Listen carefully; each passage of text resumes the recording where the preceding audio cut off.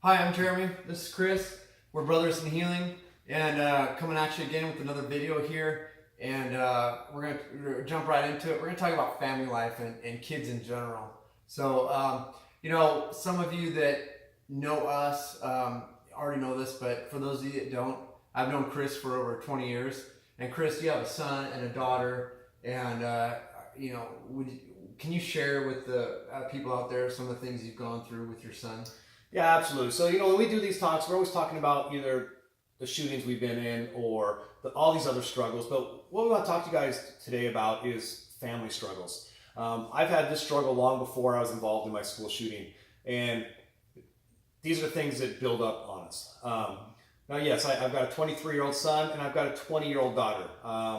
And they're both on both sides of the spectrum. And when I say that, my son has been a heroin addict since he was about 17 years old.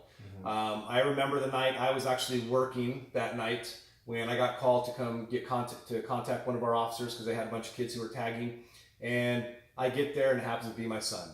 And I remember it was one of the hardest things I did, but the damage that they did, I said we have to hold him accountable just as we would anybody else in this in our city.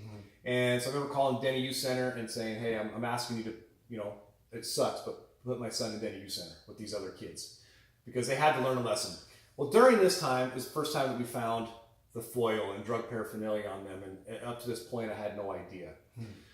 Now, I'm going to tell you as a parent, just being a parent alone, but now put yourself as law enforcement as a parent in your own city with your co-workers arresting your own kid. It just amounts to so much pain and pressure and heartbreak that you can't even describe it.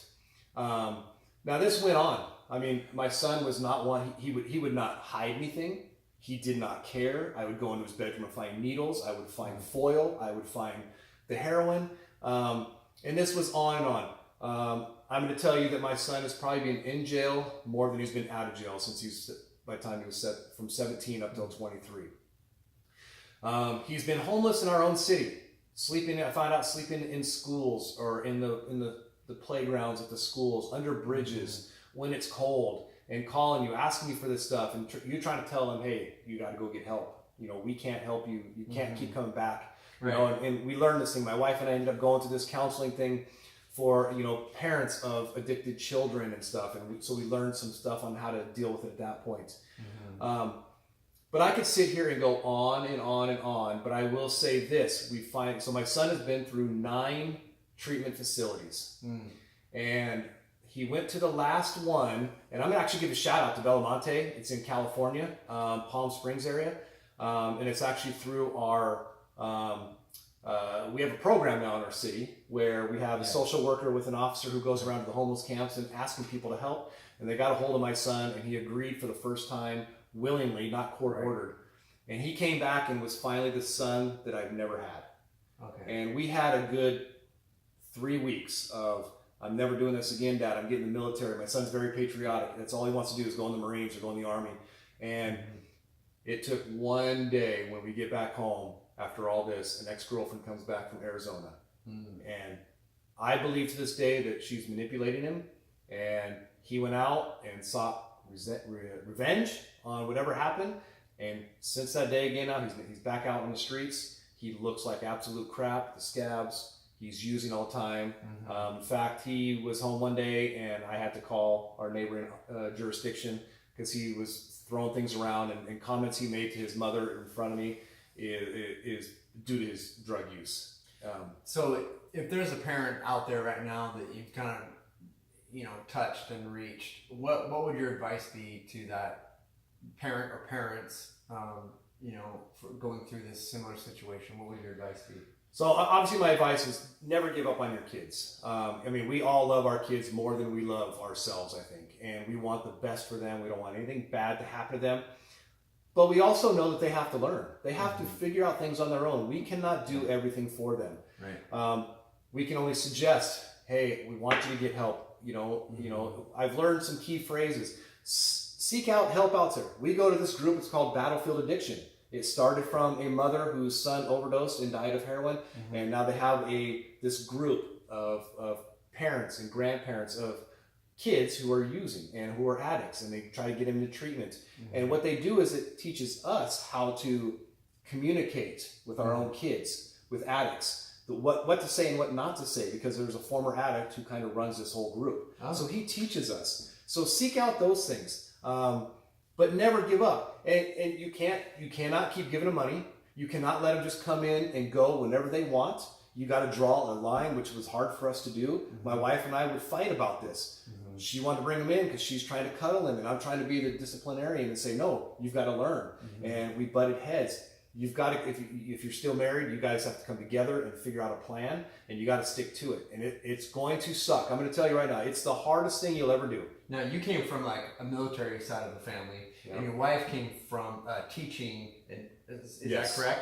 Yeah. So if you can imagine the differences in opinion on how to deal with this issue, you've got one side of the spectrum that's the educational side, then you got the military side, and now they're butting heads, and I imagine that was quite interesting. To say the least. You know, I come from a family where I was the oldest of 5 kids. My wife was an only child and adopted on top of that. Right. So she had everything given to her, and we talk about that all the time. So your own childhood upbringing is going to play a huge role into this situation, you know, because she has her ideas, you have yours, and I know that we promised everybody out there that we wouldn't sugarcoat anything. This caused a lot of issues in your marriage. Yeah. Can you talk a little bit about that? Yeah. It got to one point where I had actually called one of my coworkers and said, hey, I'm going to need a place to stay because we can't deal with this, because we were talking about it and she kept trying to bring him in and let him do us. And I said, we have to figure this out because all we're doing is hurting him. Yeah. And I'll tell you this, guys. Something that Chris didn't mention just now is, you know, Chris is going through the shooting that happened at the school, and then he's also trying to deal with this on the side. So, you know what that's called, life. Everybody has a plan to get punched in the face. I think Mike Tyson said it best, or someone might have said it before him, but I know I saw a quote online that said, you know, he had said it. But regardless, you guys get my thing. My point is this.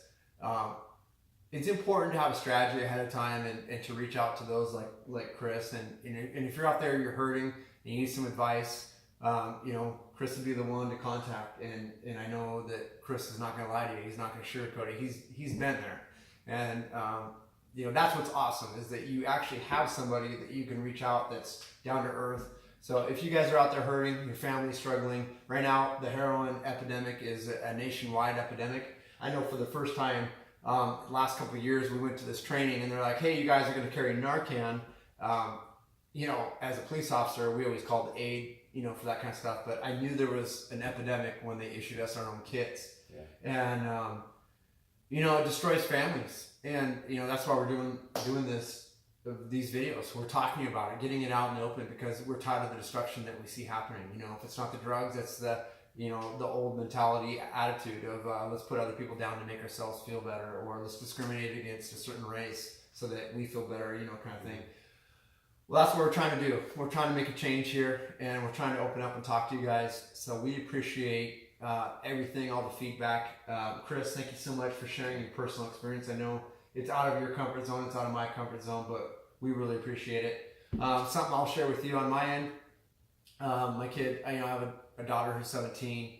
I got this Love and Logic book on how to deal with teenagers, Love and Logic.